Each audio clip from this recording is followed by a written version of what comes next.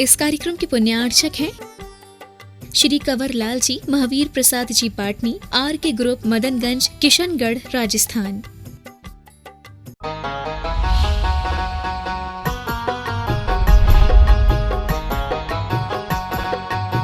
आज के इस महामारी और त्रासदी के दौर में प्रत्येक व्यक्ति अपने जीवन को जीने के लिए बहुत ज़्यादा परेशान है, चिंतातुर है। कोई भी व्यक्ति हो, किसी भी समाज का हो, धर्म का हो, पंथ का हो, जब व्यक्ति के लिए जीवन जीने की महत्ता आ जाती है सामने, तो पूरी मानव जाति एक हो जाती है और होना भी चाहिए। यही वो समय होते हैं जब हम संपूर्ण मानव जाति के लिए सोच सकते हैं और पूरी मानव जाति को एक अपनी ही समान, अपने भाईचारे के अनुसार देखते हुए सब प्रकार के जाति भेद, पंथ भेदों को छोड़ करके मानव मात्र के जीवन को बचाने के लिए हम प्रयत्न कर सकते हैं, और ये करना चाहिए।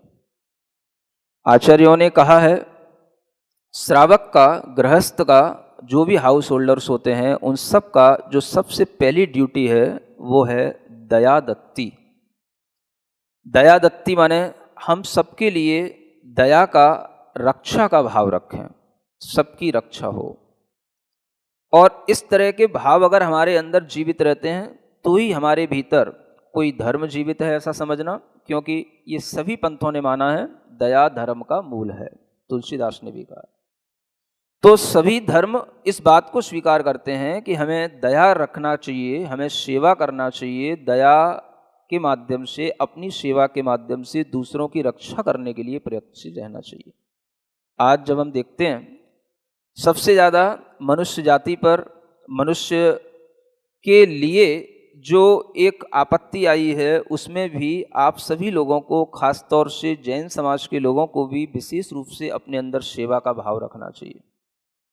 कैसे जीवों की रक्षा हो, कैसे हम उनको सब तरह से सुरक्षित रख पाएं, अभय कैसे उनको हम दे पाएं। यह अभय दान, जियो और जीने दो की भावना जो हमारे अंतस में बसी हुई है, इसे प्रैक्टिकल रूप देने का ये टाइम है। हर व्यक्ति को ये समझना है कि जब भी हम कोई भी तरह से अपने आप को ट्रीट करते हैं तो हम उसको 3 रूपों में कर सकते हैं, और इसी तरह से 3 रूपों में इस आपत्ति से लड़ने के लिए भी आपके लिए एक ट्रीटमेंट दिया जा रहा है, जिसे डिवॉइड कोविड के नाम से कैंपेन चल रहा है, जिसमें आपके लिए 3 चीज़ें बताई जा रही हैं। एक तो पहले अनुशासन।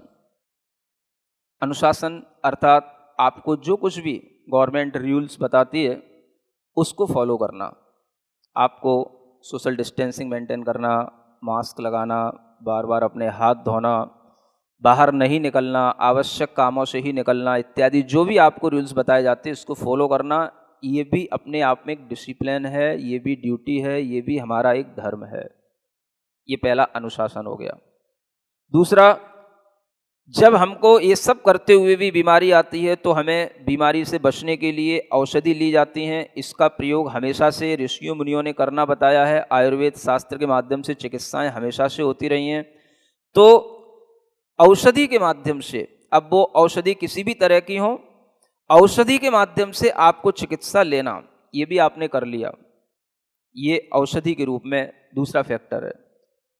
जब हम इन दोनों चीज़ों को कर लेते हैं, उसके बावजूद भी हमारे सामने बहुत सारी ऐसी चीज़ें होती हैं जिनके कारण से हमारी मानसिकताएं और ज़्यादा परेशान होती हैं। जैसे बहुत सारी फेक न्यूज़ आती हैं, बहुत सारे अनेक तरह के हमारे पास में व्हाट्सएप पे मैसेज आते हैं, अनेक प्रकार के लोगों के आजकल जो मरण हो रहे हैं उनके भी मैसेज आते हैं, और इसके कारण से हमारे अंदर बहुत तरह के डर, चिंताएं, अपने जीवन को लेकर के आशंकाएं पैदा हो जाती हैं। और इसको बचाने के लिए, इससे अपना मन मजबूत बनाने के लिए आपको एक तीसरा फैक्टर की भी बहुत ज़रूरत है, जिसे कहते हैं अध्यात्म, टू बी स्पिरिचुअल। आध्यात्मिक होना, अपने मनोभावों को समझना, भीतर हमारा जीवन कैसे हमारे कर्मों के साथ चल रहा है, हम अपने पुण्य से किस तरह से शरीर को लेकर के जीवन जी रहे हैं, कैसे हम इस जीवन को और अच्छा बना सकते हैं। आज हम देख रहे हैं बहुत से लोग रोगों से कम मर रहे हैं, रोगों के डर से ज़्यादा मर रहे हैं। ऐसे ऐसे लोगों के बारे में सुना है कि जिन्हें कोरोना हुआ, नॉर्मली सबको हो रहा है, सबको होता है, उनको भी हो गया, दोनों हस्बैंड वाइफ को हो गया, दोनों जो है जाकर के 5-7 दिन के लिए कहीं पर हॉस्पिटलाइज हो गए, दोनों वहां से बाहर आ गए, लेकिन बाहर आते हुए भी पति के मन में इतना डर बैठ गया कि वो बाहर आने के बाद घर तक भी नहीं आ पाए, रास्ते में उसका हार्ट अटैक हो गया। ऐसा सदमा लग गया। ये चीज बताती है कि आज आदमी डर से, भय से ज्यादा परेशान हो रहा है, आतंकित हो रहा है, और इसी के कारण से हार्ट अटैक जैसी बीमारियां भी बढ़ रही हैं। तो आप इसके लिए अध्यात्म का सहारा लें, और इस तरह से जैन समाज अनेक तरह की हेल्पलाइन के थ्रू आपकी मदद करने को तैयार है। और जो लोग भी इस तरह से कोई भी ऑर्गेनाइजेशन है, किसी भी चैनल के थ्रू कर रहे हैं, उन सब के लिए हमारा कहना है कि वो इस तरह से अपनी हेल्पलाइन को बना के रखें, बढ़ाएं, और लोगों की हेल्प करने के लिए लोगों को और ज़्यादा पॉजिटिव बनाएं। पॉजिटिव बनाने का मतलब, अब तो शब्द भी बड़ा खतरनाक हो गया है, उनकी थिंकिंग पॉजिटिव बनाएं कि वो डरे नहीं, वो हर तरह से स्वयं भी सशक्त बने और दूसरों को भी सशक्त बनाएं। इस तरह से हम आत्मनिर्भर हों, आत्म सशक्त हों, और इसके माध्यम से हम दूसरे लोगों के लिए भी हेल्प करें।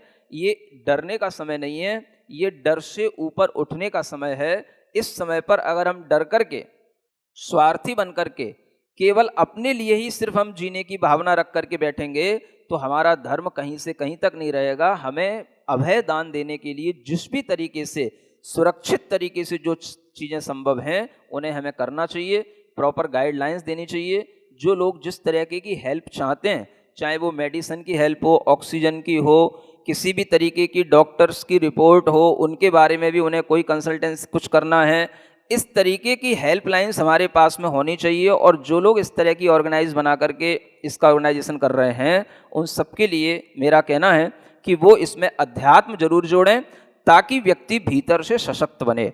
और इस तरह से जब आप तीनों का कॉम्बिनेशन करेंगे, तो आपके अंदर किसी भी तरह का भय, चिंता और आशंकाएं आपके अंदर नहीं होंगी। तो आप हमेशा अपने अंदर पॉजिटिव एनर्जी रखे रहेंगे, आपका विश्वास मजबूत रहेगा, आप पूरा जीवन अच्छे आनंद के साथ जिएंगे। यही हमारी मंगल भावना है कि हर व्यक्ति अभय पूर्वक, मंगल पूर्वक, आनंद के साथ में अपना जीवन, अपनी उम्र पूरी गुजारे। इन्हीं भावनाओं के साथ ओम अरहम नमः। नमः श्रीवर्धमानाय निर्धूतकलिलात्मने सालोकानां त्रिलोकानां यद्विद्यादर्पणायते। आचार्य समंत भद्र महाराज विरचित रत्नकरंडक श्रावकाचार्य ग्रंथराज में सम्यक दर्शन के 8 अंगों का वर्णन क्रम से किया जा रहा है। पहला निशंकित अंग, दूसरा निःकांक्षित अंग, और तीसरा निर्विचिकित्सा अंग था, जिसको आपने सुन लिया। चौथा यह अमूढ़ दृष्टि अंग प्रारंभ होता है, जिसके बारे में यहाँ श्लोक नंबर 14 में कहा जा रहा है। का पथे पथि दुःखानां का पथस्थेप्यसम्मतिः असंप्रक्तिरनुत्कीर्तिः रमूढा दृष्टिरुच्यते। पढ़ें। का पथे पथि दुःखानां का पथस्थेप्यसम्मतिः असंप्रक्तिरनुत्कीर्ति रमूढा दृष्टिरुच्यते। कहते हैं 2 प्रकार के मार्ग हैं।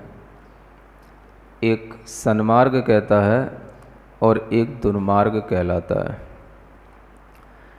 दुर्मार्ग को ही यहाँ पर कापथ के रूप में कहा गया है। कापथ का अर्थ होता है कुत्सित पंथा कापथ। जो बुरा मार्ग है वह कुपथ कहलाता है, उसी को हम कापथ कहते हैं। कु शब्द अक्सर बुरे अर्थ में ही लगा करता है। कुमार्ग, कुगति, उसी तरीके से कुमार्ग का मतलब यहाँ पर सन्मार्ग से जो विपरीत है उसको हम कुपथ कहते हैं। तो इस कुपथ पर चलने वाले जो लोग हैं वो, और जो अपने आप में यह कुपथ है, कुमार्ग है वो, इन दोनों की यहाँ पर बात कही जा रही है। ये मार्ग जो है कापथे पथी, जो कापथ का मार्ग है या कुपथ का जो रास्ता है वह दुखों का रास्ता है, और जो उस रास्ते पर चलते हैं वे भी दुख को ही प्राप्त होते हैं। सही रास्ते पर चलोगे तो सुख मिलेगा, और गलत रास्तों पर चलोगे तो भटकते रहोगे, परेशान होते रहोगे और दुखी होते रहोगे। ये हम लोग भी सामान्य रूप से जानते हैं। जैसे बाहर चलने के रास्ते हमें देखने पड़ते हैं, सही रास्ता होता है, साफ सुथरा रास्ता होता है, भले ही लंबा होता है लेकिन हम उस पर आसानी से चल पाते हैं।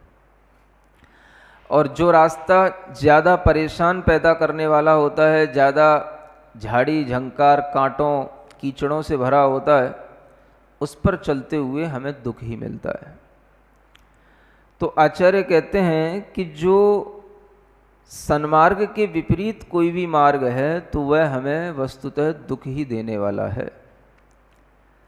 जब आप रास्ते पर चल रहे हो, रास्ता आपने चुन लिया है, तो अब आपके सामने बहुत सारी पगडंडियां भी आएंगी, बहुत सारे रास्ते भी आएंगे, और उन रास्तों पर चलते हुए आपको कभी ना कभी ऐसा भी लग सकता है कि ये रास्ता भी ठीक है, इससे भी चला जा सकता है। एक मेन रोड होती है तो उससे बहुत सारी दूसरी रोड भी निकलती चली जाती हैं, और भी उससे बहुत सारे रास्ते बनते चले जाते हैं। लेकिन जो सही रास्ते पर चलने वाला होता है, अपना लक्ष्य लेकर के चल रहा होता है, तो उसे पता होता है कि ये रास्ता कहाँ से होकर के किधर मुड़ते हुए सही तरीके से जा रहा है। अन्यत्र किसी भी रास्ते पर वह चलने की इच्छा इसलिए नहीं करता क्योंकि उसे लगता है कि यहाँ पर जाना मेरे लिए भटकना होगा। एक सामान्यतया व्यक्ति भी जब अपने घर से यात्रा के लिए निकलता है या किसी एक शहर से दूसरे शहर में जाता है, तो आजकल आपके सामने गूगल मैप भी आ जाता है। आप उससे अपनी लोकेशन देख लेते हो और जहाँ जाना है उसको भी उसी पे लोकेट कर लेते हो, और ये समझ लेते हो कि हमें कहाँ तक पहुँचने के लिए किस रास्ते से चलते चले जाना है। अब उससे बहुत सारे रास्ते बीच में कट रहे हों, चाहे अच्छे हों चाहे बुरे हों, आप उससे कोई मतलब नहीं रखते, क्योंकि हमें जहाँ जाना है वहीं तक हमें पहुँच कर के चैन मिलेगा, और वहीं पर पहुँचने के लिए हमने जो अपना रास्ता तय कर लिया उसी तय रास्ते पर हमें चलना है। समझ में आ रहा है? इसी तरीके से अगर आपने सन्मार्ग का रास्ता चुन लिया हो, समीचीन रास्ता अगर आपने चुन लिया हो, अगर आपने अंतरंग में अपने विचारों से बनने वाला जो रास्ता है जिसे मोक्ष मार्ग का रास्ता कहा जाता है, वही सन्मार्ग का रास्ता है, अगर वो आपने चुन लिया हो, तो अब आपको इधर उधर भटकने की ज़रूरत नहीं, इधर उधर के रास्तों पर दृष्टिपात करने की भी ज़रूरत नहीं। सीधा चलने की कोशिश करो जहां आपको वह लाइन ले जा रही है। समझ आ रहा है? कहाँ तक इधर उधर झांकोगे, कहाँ तक इधर उधर के रास्तों की पूछ खबर करते रहोगे कि भाई कौन है, क्या है, कहाँ जा रहा है, क्या हो रहा है, लेना देना क्या है।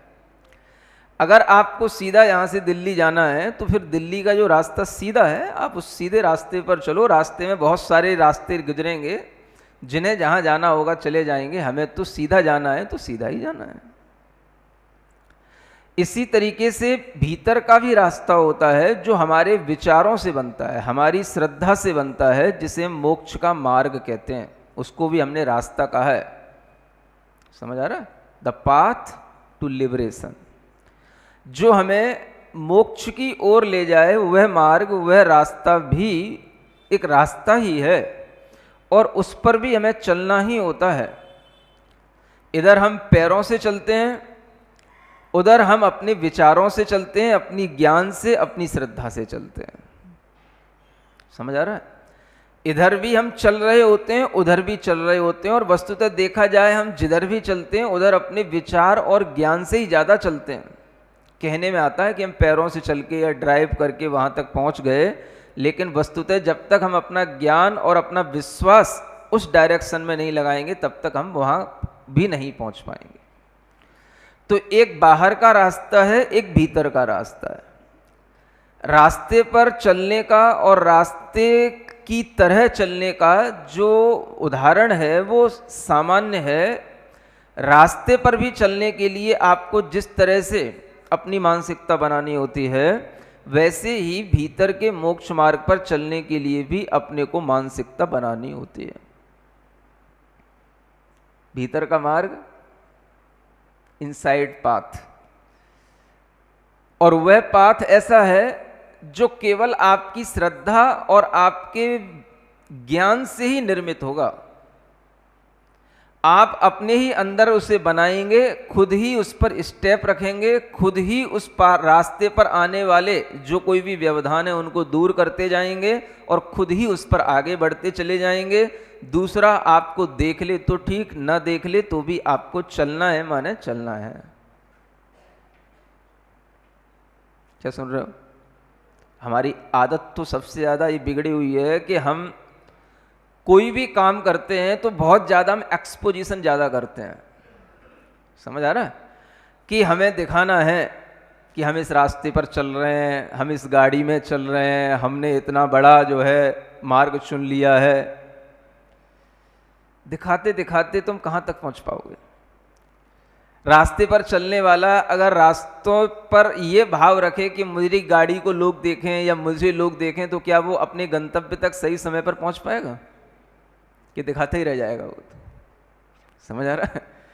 तो देखना या दिखाना, ये दोनों काम जिस तरह से बाहर के पथ पर हमें देखने को मिलते हैं, वैसे ही भीतर के पथ पर भी करने पड़ते हैं। आपको भीतर अपनी आत्मा का मार्ग, मोक्ष का मार्ग यदि आपको अपनाना है, तो उस मार्ग पर भी आपको कुछ भी किसी को बताने की, दिखाने की जरूरत नहीं है। हाँ, इतनी बात अलग है कि अगर कोई आप चल रहे हो और उसी समय पर आपके ही पैरेलल में कोई दूसरा बंदा गाड़ी लेकर के आ जाए और पूछने लगे, भाई ये आप किधर जा रहे हो, ये रोड किधर जा रही है, क्या अपन सही रास्ते पर चल रहे हैं, क्या आप भी दिल्ली जा रहे हो तो मैं भी दिल्ली जा रहा हूँ, तो क्या मैं आपके साथ साथ चल सकता हूँ या आपकी गाड़ी के पीछे मैं अपनी गाड़ी लगा सकता हूँ? समझ आ रहा है? ये बात अलग है। लेकिन हमें उस समय पर ऐसा नहीं करना कि हम ये इंतजार करें गवर्नमेंट की बस की तरह कि खड़े हैं, आओ आओ आओ, बैठ जाओ बैठ जाओ बैठ जाओ, फिर चलेंगे, एक साथ चलेंगे। समझ आ रहा है?